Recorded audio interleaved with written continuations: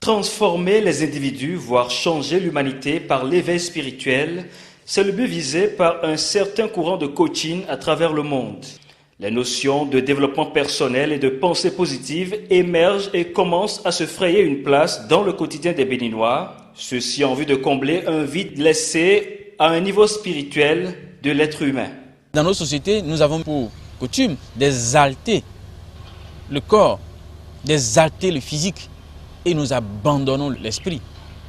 Et c'est justement pour cela que le président de la République a eu toutes les difficultés pour que le concept de changement et d'émergence puisse vraiment réussir comme il avait souhaité. C'est parce que l'intérieur, l'esprit a des problèmes, le mental a un problème qu'il faut régler. Et c'est depuis l'enfance. Quelles sont les valeurs qu'on nous apprend, que nos parents nous apprennent lorsque nous sommes à bas âge? Est-ce que nos parents passent tout leur temps à dire que nous sommes nuls, que nous sommes des incapables? Alors toutes les fois que nos parents enregistrent cette donnée sur le disque dur de notre subconscient, vous convenez avec moi qu'à l'âge adulte, qu'on est à des gens, des intraitables, des gens qui ne comprennent pas le langage de la vertu.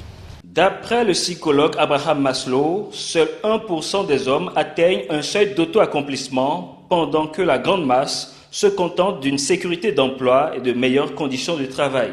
Les 1% sont représentés au sommet de sa vision d'hiérarchisation des besoins en forme de pyramide. Il n'est jamais trop tard pour bien faire, selon un dicton célèbre. En effet, des spécialistes en ressources humaines et promoteurs de techniques de développement personnel arrivent aujourd'hui à troquer certains caractères pathologiques des hommes, comme la peur, la paresse et la timidité, contre plus d'assurance, plus de confiance en soi et une meilleure gestion du temps. Chaque homme, chaque être doit savoir qu'il est une créature unique, qu'il a un rôle à jouer, qu'il a des forces en lui, qu'il a des potentialités. Malheureusement, les cimetières regorgent de potentialités jamais exploitées. Nous passons toute notre vie à vivre dans la peur, dans les soucis. Et au lieu de développer notre potentiel, nous aimons tourner en rond. Nous aimons nous contenter du peu. Nous ne visons pas le sommet.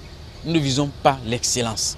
Sinon, comment comprendre que dans ce seul Cotonou, il y ait au moins 100 000 conducteurs de taxi-moto Zémidjan qui auraient pu s'autodéterminer, qui auraient pu comprendre que Dieu leur a réservé plus, que Dieu leur a réservé mieux que ce qu'ils font.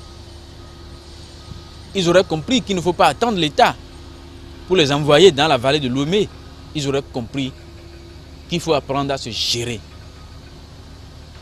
Et je ne dis pas qu'il faut être orgueilleux ni égoïste. Il ne s'agit pas de l'égoïsme, il s'agit de travailler sur soi-même pour être un homme accompli. Nous avons beaucoup de techniciens, beaucoup d'ingénieurs, beaucoup de spécialistes. C'est bon, titulaires de master, de DSS, de DEA, de tous les diplômes que l'on peut avoir sur cette terre. C'est bon, c'est parfait. Mais cela ne suffit guère. Nos employeurs, que ce soit l'État ou le privé, doivent maintenant travailler sur ce qui commande le corps. En dehors des moyens de motivation souvent utilisés, à l'instar des formations, des livres spécialisés, e-books, blogs, coaching et monitoring, bien des techniques nécessitant plus de concentration comme le yoga, les arts martiaux, ne sont pas toujours nécessaires pour faire performer les hommes, selon ce spécialiste. Le développement personnel dont je parle, ce n'est pas un développement personnel basé sur ces rituels, mais c'est un développement personnel basé sur le coaching, sur la formation continue.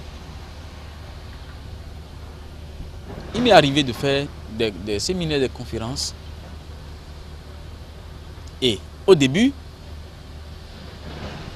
je constate, et lorsque je commence à parler des sujets qui sortent de l'entendement par rapport à ces jeunes-là, à leur niveau de compréhension, mais je vois leur réaction, l'expression de leur regard, Mais je vous rassure qu'à la fin, lorsque le coaching prend fin, le sourire qui s'ensuit est assez parlant.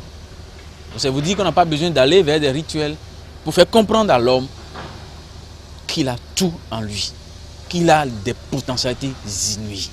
Pour ne plus se limiter aux pensées de créativité et passer à l'action, le développement personnel est une stratégie appropriée. Il favorise la connaissance de soi, la valorisation des talents et potentialités, l'amélioration de la qualité de vie et la réalisation de ses rêves et aspirations.